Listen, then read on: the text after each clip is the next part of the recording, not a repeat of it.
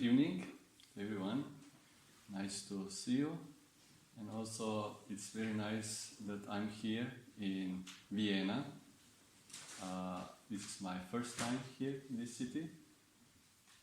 And it's also an important city for a historical reason, because that was also capital of Slovenian people for a very, very long time. We didn't call it Vienna or Wien, but we call it Dunaj. So that was our capital and also center of education.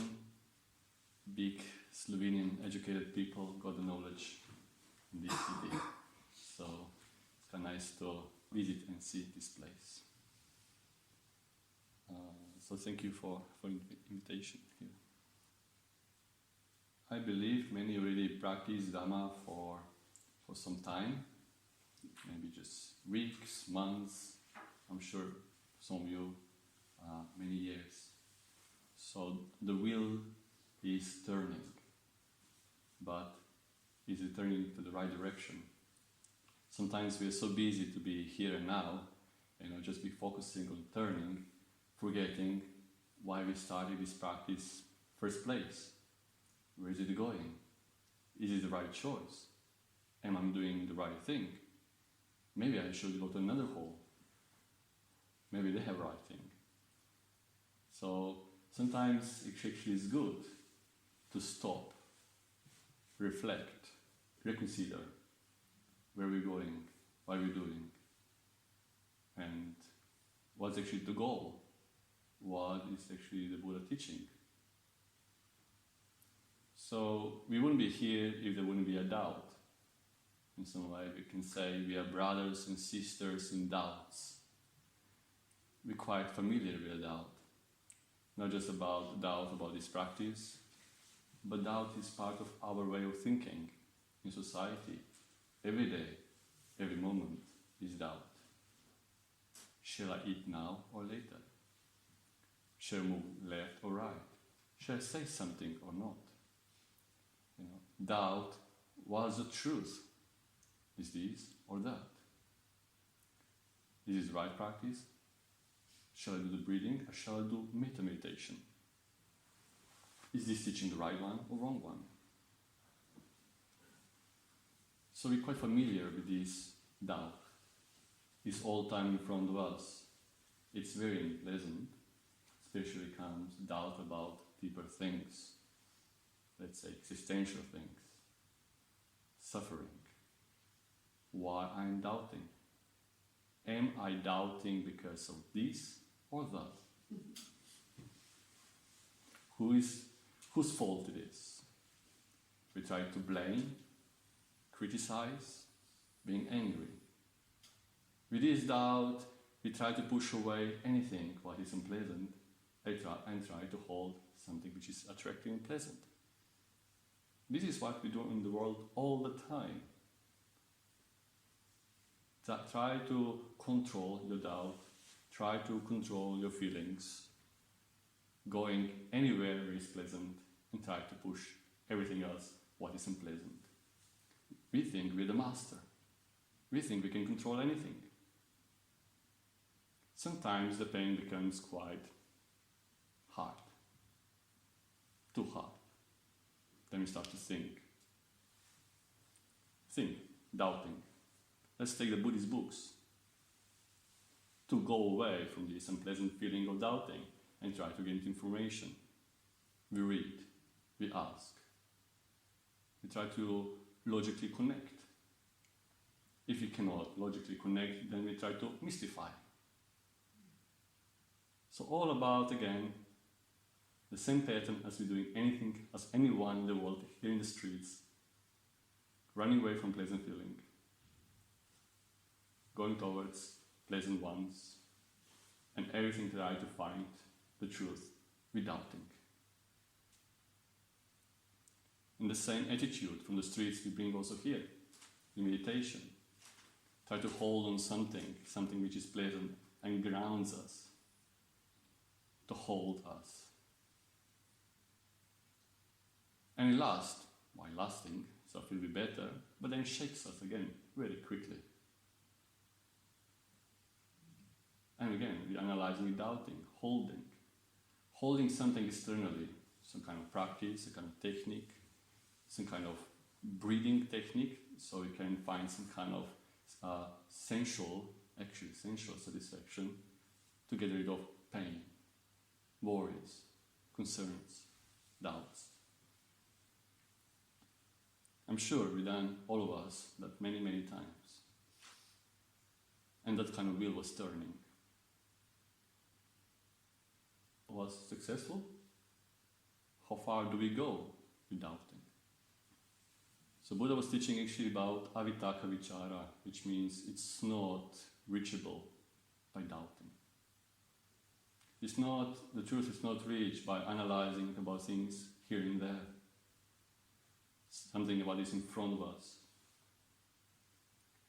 What is not analyzed while we are doubting and analyzing and doing researches and investigating the problem,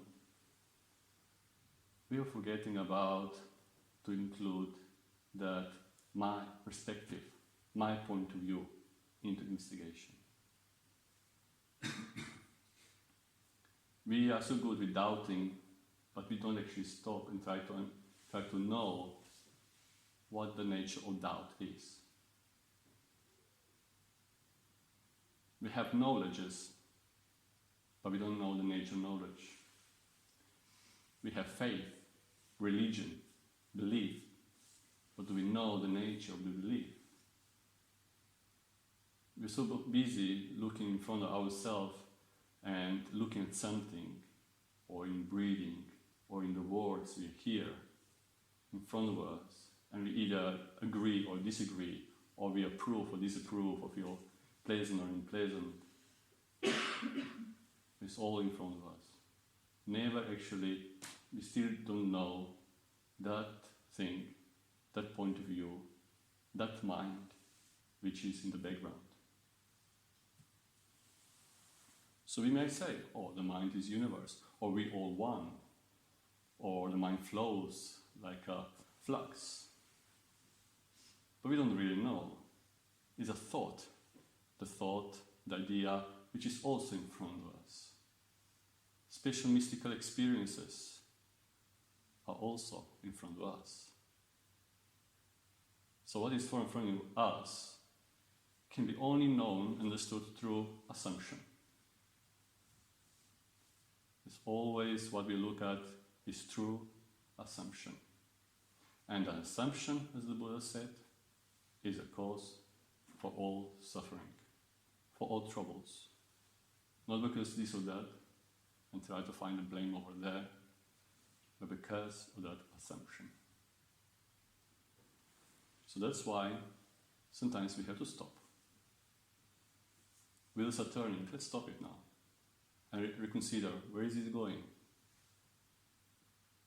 Are we establishing the same attitude as we are picked up from our life, from our education? Keep analyzing things there through doubt? Or did the Buddha really teach that? So that's why the listening to the Buddha, attending to it, understanding the Buddha, is dramatically, completely different from anything else what exists in the world. It's not philosophy. It cannot be religion. It's nothing.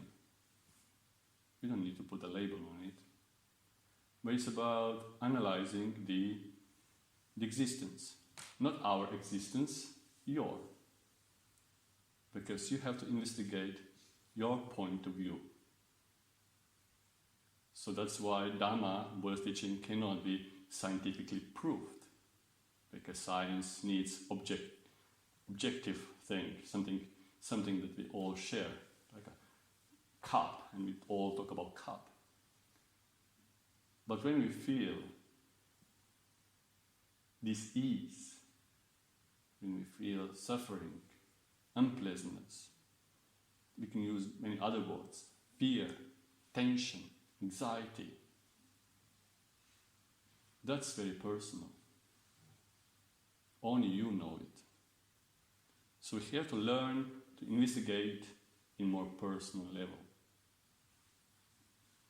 It's not enough to hold information, to believe in something, to intellectually connect things with logic or mystify it, but you do have to recognize for yourself. No one can enlighten you, as you know. So the problem comes really, we hear the teaching about, impermanence and anatta, not self. We have to not take that as a belief again. Don't just say, no. Don't take a Buddha teaching as a religion. All we believe in not self. All we believe everything is impermanent, and that's it. It's not a statement for you to hold on. He did say the truth. But for us, whatever we hear, we will not hear truth, because we all hear is through our assumptions. You might hear actual truth, but when you listen through assumptions, cannot be truth. It's like, if you say the truth to a drunk man and he listens to you, he will not really see, and he will say, yes, I understand, but he didn't really understand. So we have to learn how to investigate this point of view. At the beginning, it's completely okay and appropriate to say, it feels like I am. Because it's actual experience, the actual assumption. We admit that probably we look through the assumption, but it feels. We don't have to deny or repair it through some choices which we make. Why not? Because you made a choice. And there's something else that who made the choice to believe in something escapes the nature of anatta, not self. So you should not be deceived so quickly to deny, that's not self, and that's not self. But that one who thinks it's not self, it's still deeply inside, and you don't see it. We can say you've been fooled too quickly. Mara give you some kind of phrases you can hold on, but really, Mara is still there, still something that deceives. So what we then say, okay, it's kind of feeling of self. So what do we take as a self? That's the next step to investigate. What is self? Some kind of, this point of view, not very clear, huh? If you put in front of us, then we could say, but something else now is observing that thing, so there's something else self, something deeper. And, with confusion, people just cannot handle the confusion and doubt, and then just put a statement, there is a big self. And that's it. Don't question too much. We all one. That's much easier. But there's something we don't have to mystify. We don't have to believe. We can come to the knowledge ourselves. Why is it so difficult to recognize these things, what we call self? Because it's at the back. It feels like there's something not in front. If we'll be in front, we can easily say, that's not self. I can destroy it. I can change it. I can modify it. But since something is either in the background, so okay, background. We can use different words. We can call it context. Because any situation is always within context.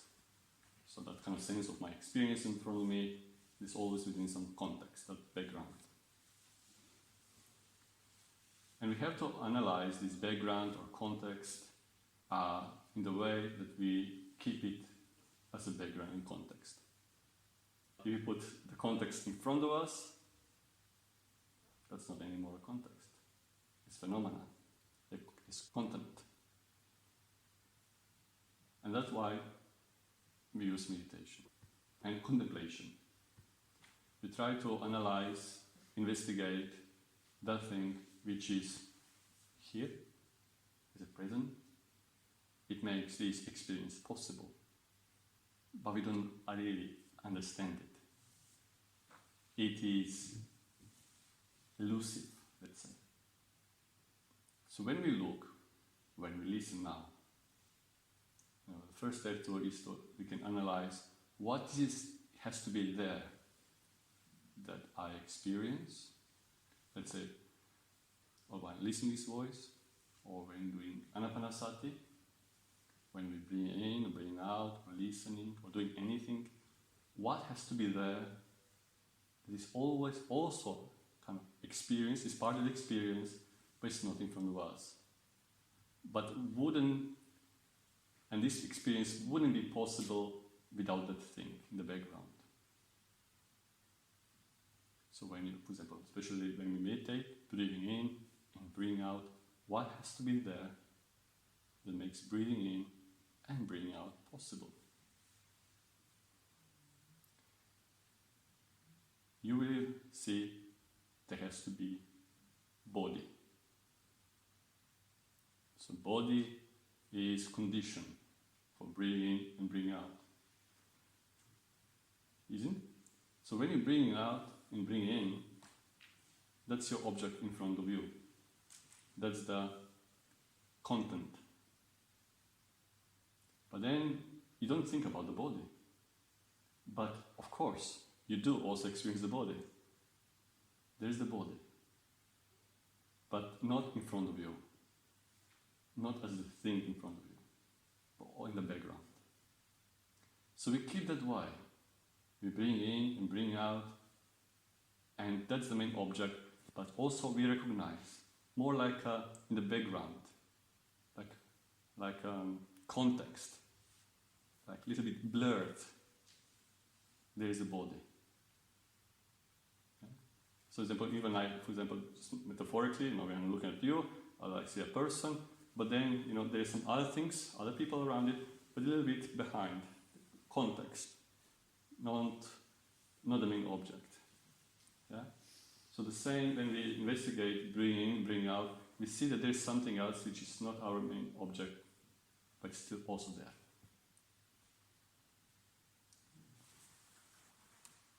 There's some other things that are present in the background. Feeling. They're always feeling in the background. They're always pleasant, unpleasant, neutral.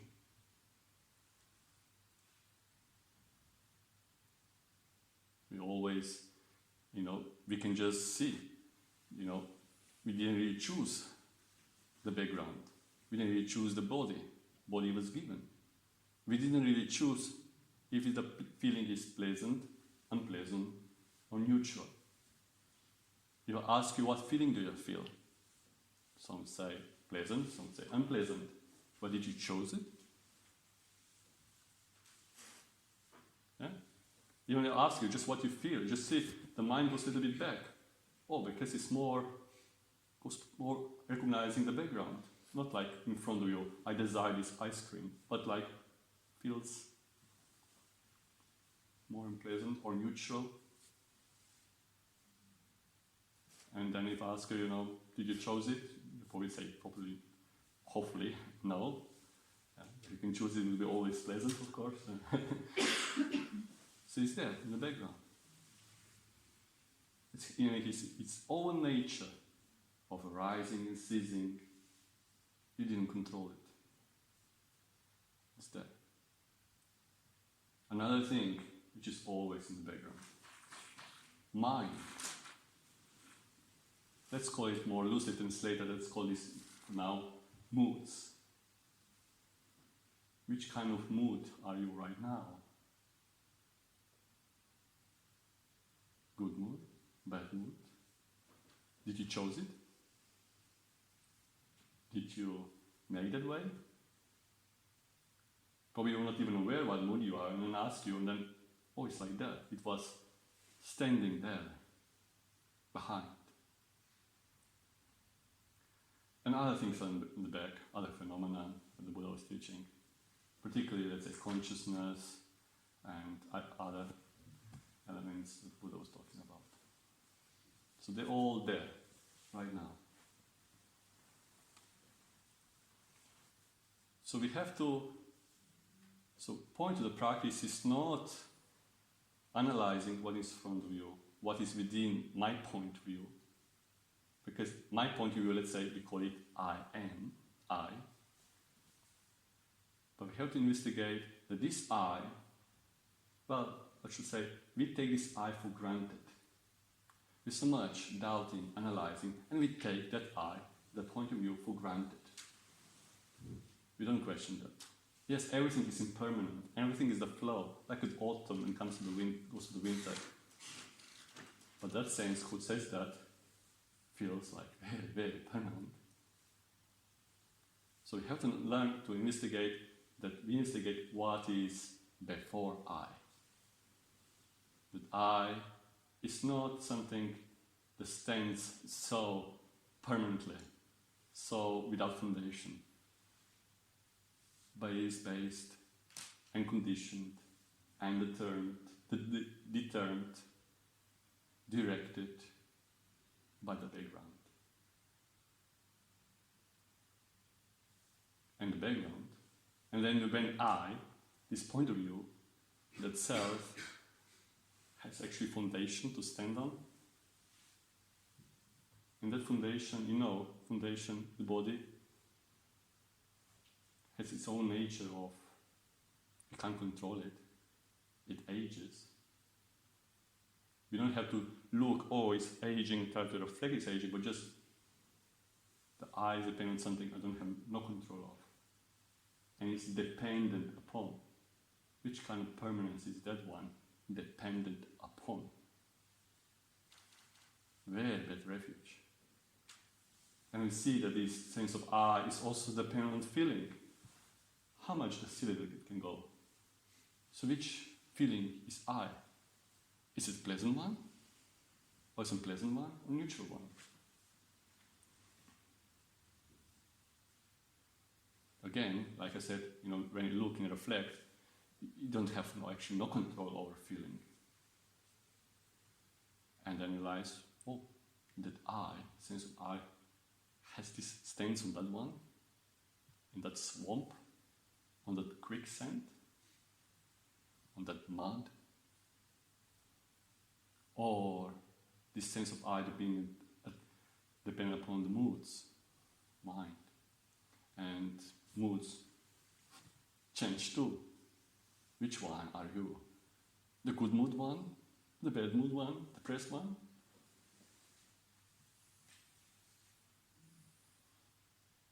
That requires self-transparency and complete honesty. At first, it really starts from really knowing what you're doing.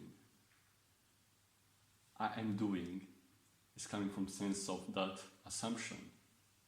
When you take I for granted, I am doing something. And so busy doing it, being busy meditating it. But keeping establishing the roots of I even more.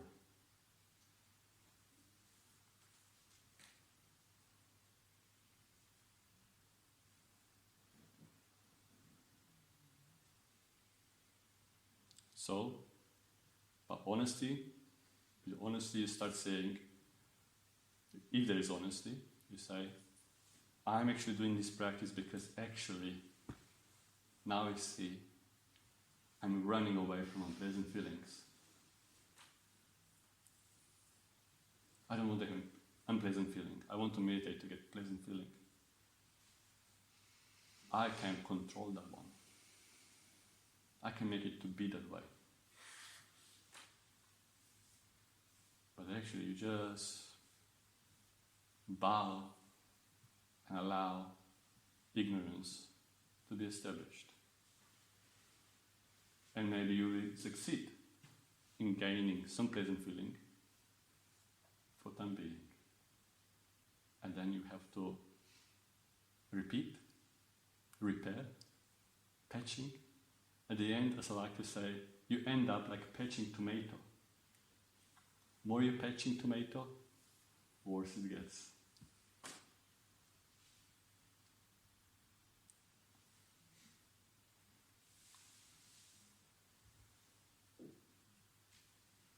So first, practice, like I said, is really transparency. So you really know, oh, I see now. I'm acting upon, I'm running away from unpleasant feelings. So that's the first step. You know what you're doing. That's already wisdom there. That you're completely honest and you know what you're doing.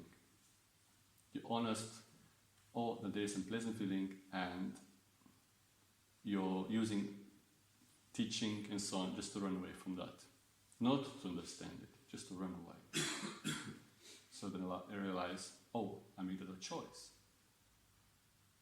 What if start knowing it rather than controlling it?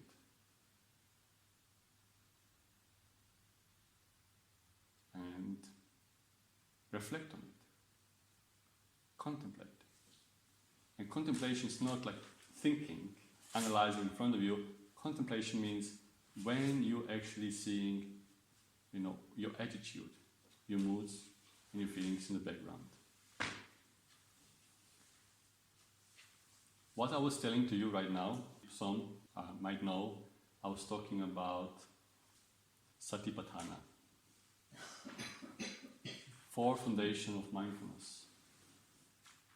Body, kaya, vedana, feeling, chitta, mind, dhamma, phenomena. So I was talking only about mindfulness right now.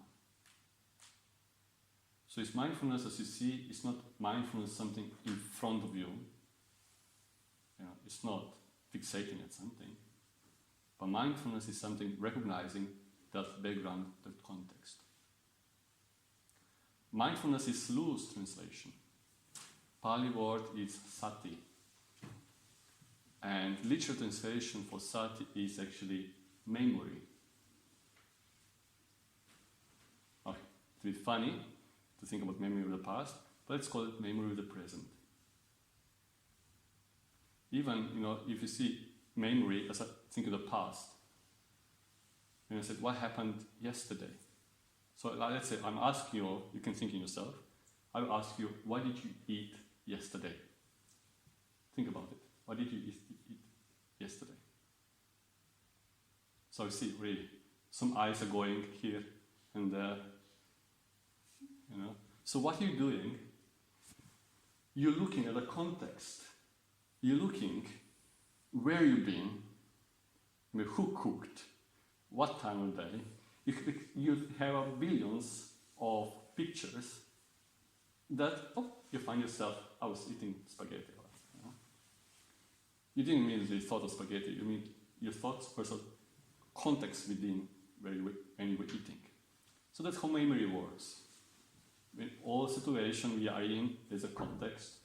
And when we try to remember, we always remember in backwards.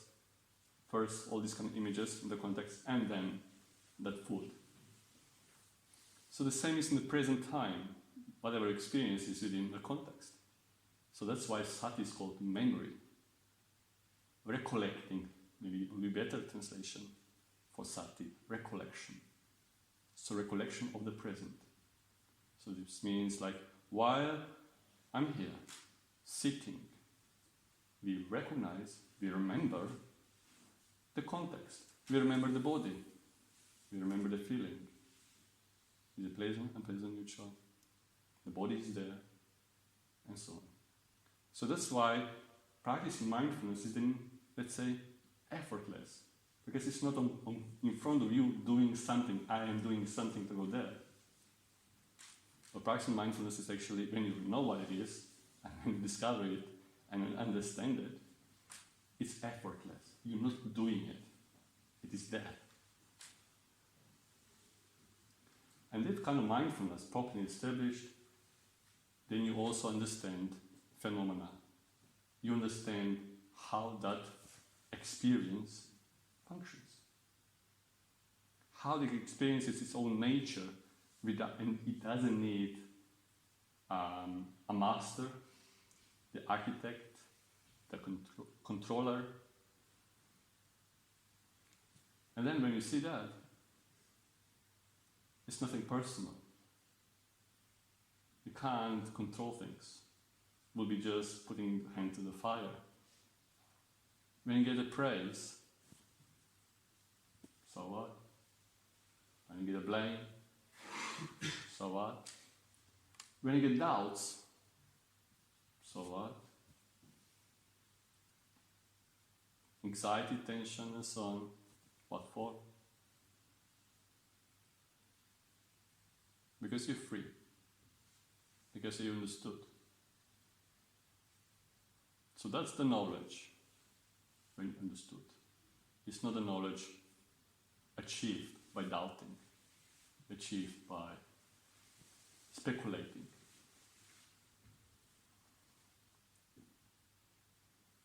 So we have to learn how to stop that doubting attitude.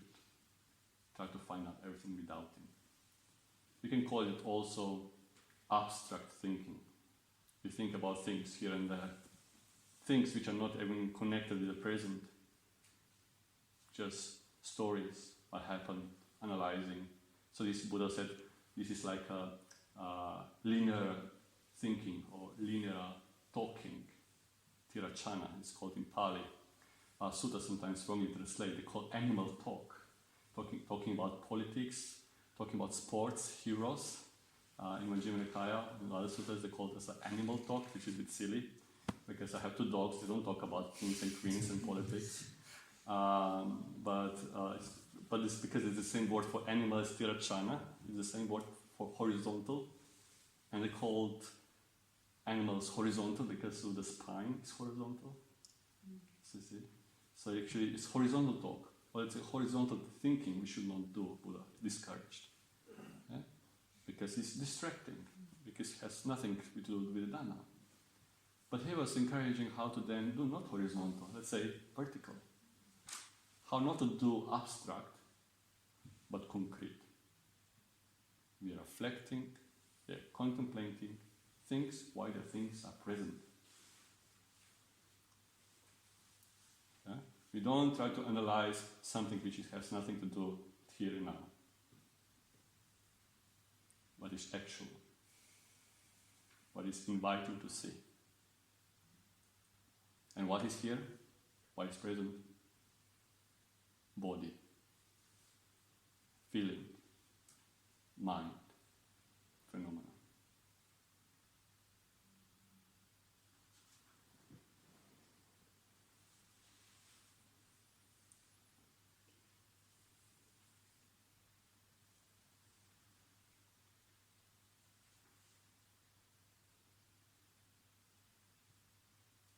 So it's good to stop, reflect.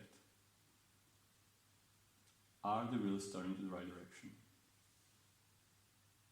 Am I getting results? Am I free from suffering? If you're doing the right, proper job, if you're doing it correctly, you should be free from suffering.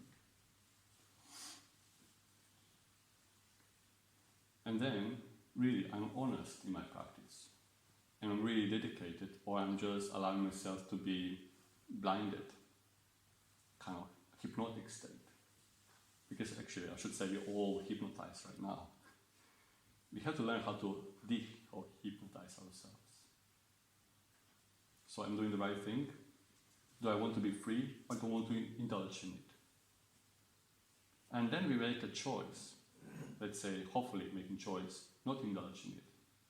Then we have to take full responsibility for it. Responsibility for our actions, for our defilements. And one of the most important things is, after transparency and self-honesty and reflecting on progress, it's actually doing properly. And that requires restraint. Since restraint is not something meant just for monks, all these monks do, only monks are celibate. Actually, that was meant for everyone who want to stop scratching the itch. Because it's like, you have your apartment very clean. First you have very dirty. And then you start cleaning it. Okay? Keep it clean. Be careful, keep it clean. Don't go inside with the dirty shoes. But what a lot of people are doing, they clean it, And I said, but if I walk with dirty shoes just once, just a little bit, it would not be such a big thing, It's dirty again. So people practicing restraint and then go back, stretching the senses, scratching the itch again. It's like making the apartment dirty again. And then you clean it again and thinking, and then you go with the shoes again. Why don't you just stop going with the shoes inside? The Buddha gave different simile, probably maybe you heard some of you, wet stick, You can make a fire when you rub two sticks together, and you can make a fire. That I've been taught, I never tried. But obviously, if you have wet, you can't make it. So Buddha said first you have to put from the water outside, dry it. And when you dry it, you can start rubbing it. And then you're supposed to get fire. But what are we doing? We're putting from the water, we meditate, we're restoring ourselves. Oh, it's dry. Okay, I'll just put in the water just a little bit. Why? Why have to make a cause of problem out of your practice? Just keep it outside. So what actually practice means, again, it's very effortless. Put yourself outside, just don't do anything. You don't have to do anything. You don't have to practice. Isn't it wonderful? Good news. You don't have to sweat and do all these sitting. Just don't put these two sticks back to the water. How many can do that? Yeah? So then you can make a fire. So restraining, it's hard. It's so hard as for alcoholic to stop drinking. So sense desires and sense pleasures are just addictions. Addiction is completely the same as being alcoholic, really. Just the degrees be different, but formula, X plus Y, Z, it's the same. So we know for alcoholic, we're so smart to advise alcoholic, don't drink, you can manage, you can do it, and we know you got out from it. Why don't we say that ourselves? Keep restraining, it will get easier, not harder. Monk's life, which we have fortunately monastic rules that help us, monastic rules in community that help us to encourage each other to restrain. It doesn't make us tense and depressed and, it's liberating. When you start feeling, I don't need it anymore. Why should to go to such gross desires? We just make it everything again dirty or wet if I compare with the sticks. So that practice, we don't have to say, I'm the layman and I excuse that I don't have to be like monk and do everything what monks don't do. But actually, should think, again, it's like responsibility. Why I'm practicing for? I'm practicing for accumulation, be more addicted. I'm practicing to be free, finally free, not just for time being free, like coming here to sit and I can let go of everything and then go back to the madness. But let it be free. And let people can achieve that. That's not something reserved for monks only. Don't touch. It's an amusing thing, don't touch. But actually it's available for you to see. Many lay people become enlightened. If not Arahants and Sotapanna, but Sotapanna is like still very, very, very good. So go for it. So thank you.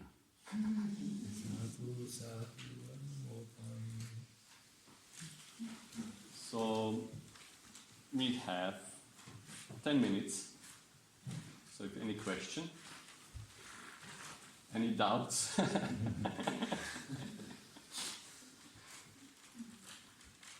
You can ask, yeah. Wenn sich wer nicht Englisch fragen traut, könnt ihr zurückfragen und ich übersetze. Yeah, in all these things you find in suttas, texts. So I do encourage reading suttas. It's never too much to hear the Buddha's words. Just we have to know how to read them and how to reflect them. Yeah? Not just kind of for the sake of debate and accumulation of information, but something to contemplate in the right way, with mindfulness, with sati. Yeah? So. Which is a good sutta to start. I know, that's hard. I know. We always have to struggle, and then just read and get the general knowledge and repeat. I would suggest, first actually, let's say, if somebody is really beginner, Dhammapada. It's just like simple verses, you can just stay with the verse and reflect, but then really take them seriously. Not just picking your favorite ones, not really the point, but look, say, he said something and I'm not good yet in that one, let me make an effort with that one. The Buddha, let's say I'm just gonna say, don't gossip. Stay with the verse and then, reflect how much you gossip and how much you quickly, instead of, I have in the background, forcing me to say that, but I don't. And take whole responsibility, and you start recognizing that context, that mind, which is pushing you. Yeah? So keep every verse, take it seriously, the many verses, or 311, I think. That would be a nice start. And generally then, if somebody's ready for more thicker books, Majjhima Nikaya seems to be the one which is very good enough. You don't have to go much further than that. If you take that and just read, maybe you don't understand, keep it. You don't understand, but read it, reflect. Okay, maybe that doesn't work yet, maybe later. You read another one and just get more general knowledge. But you have to learn mostly, not just to read for the sake of reading, but also to recognize. And then approach the ones who knows about these things. Talk. So Buddha said yes, knowing things, memorizing things, like you heard, you kind of logically or reasonably hold information. It's not really deep, but it's still abstract.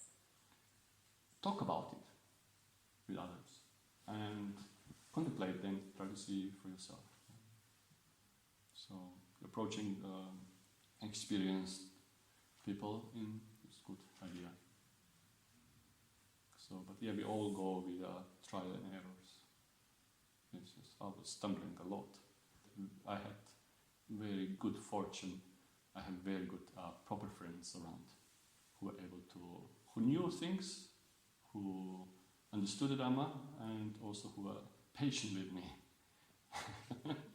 Yes, I'm very grateful for their patience because I was stubborn. Yeah.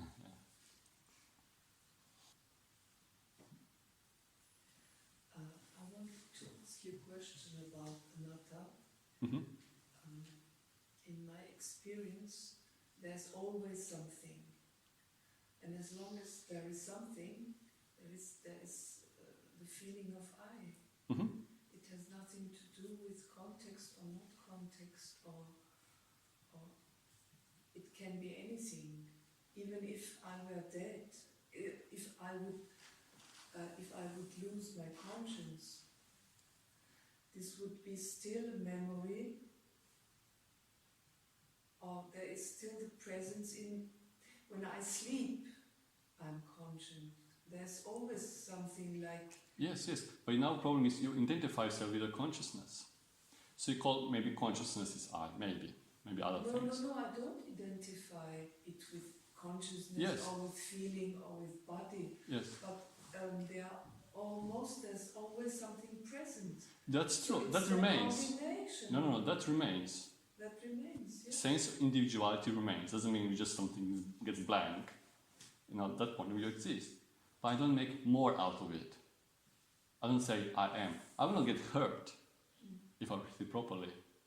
So that point of view is, but it has its own, let's say, formation. Okay, this sense of, let's say, experience. We experience things. Yeah. This experience is not like one separate thing that makes experience. There we have 5 aggregates.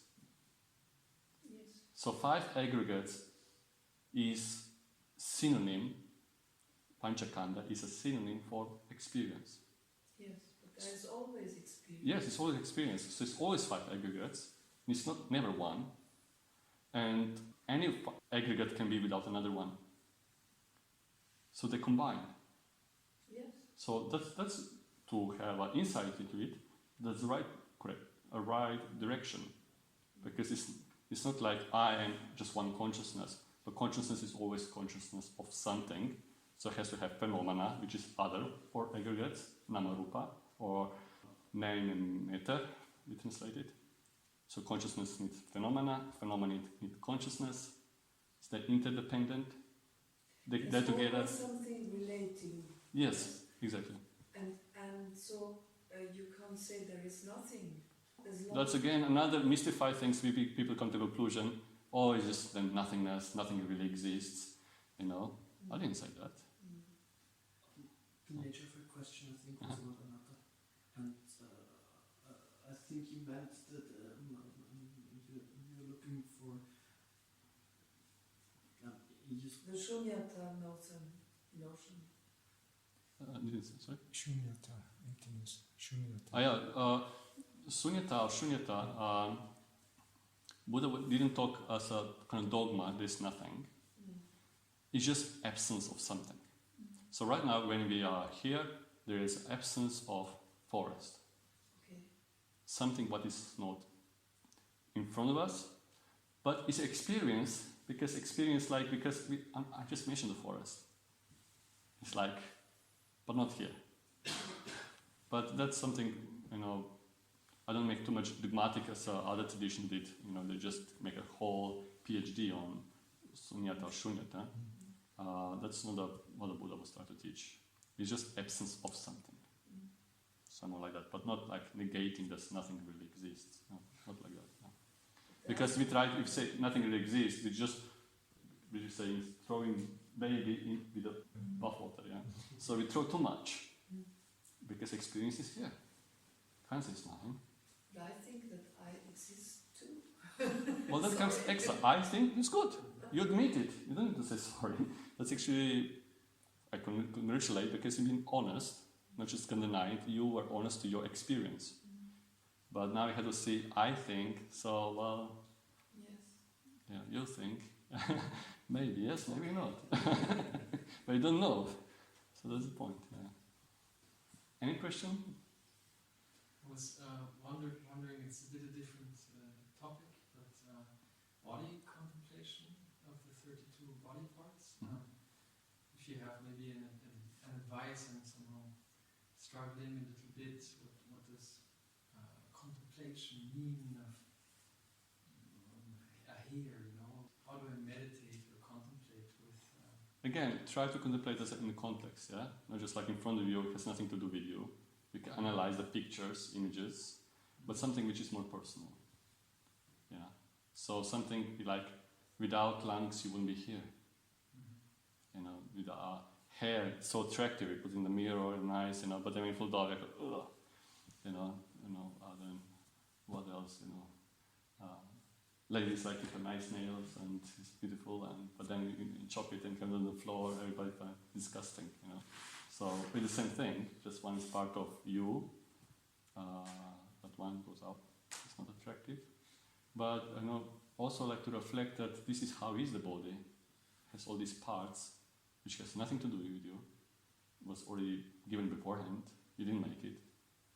Each of these organs are necessary, or partially necessary.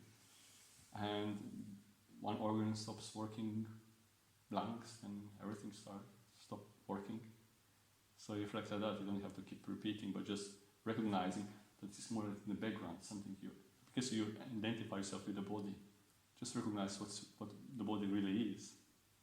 Not just this beautiful form with the muscles or something like that, but just like there's lungs, there's digestion, there's some smelly stuff too. That's the body. So just like really recognizing that. That's all I could say.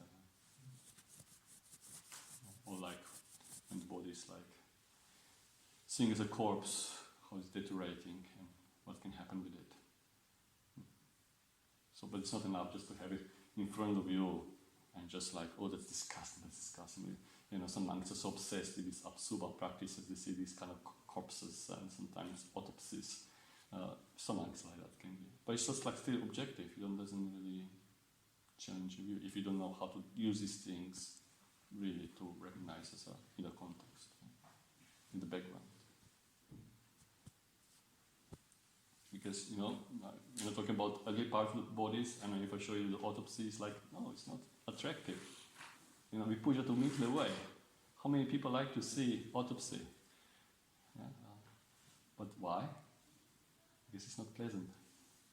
But we're living with it.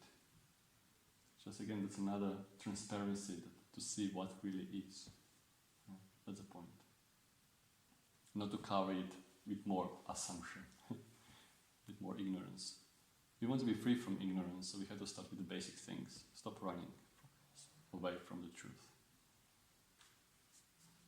So, okay, I'll end here, and thank you for your attention. Thank you very much, Ajahn, for these helpful words and orientation that you gave us. And thanks once again for coming here on such short notice. And also thank you, Tantavaro, for being here on even shorter notice.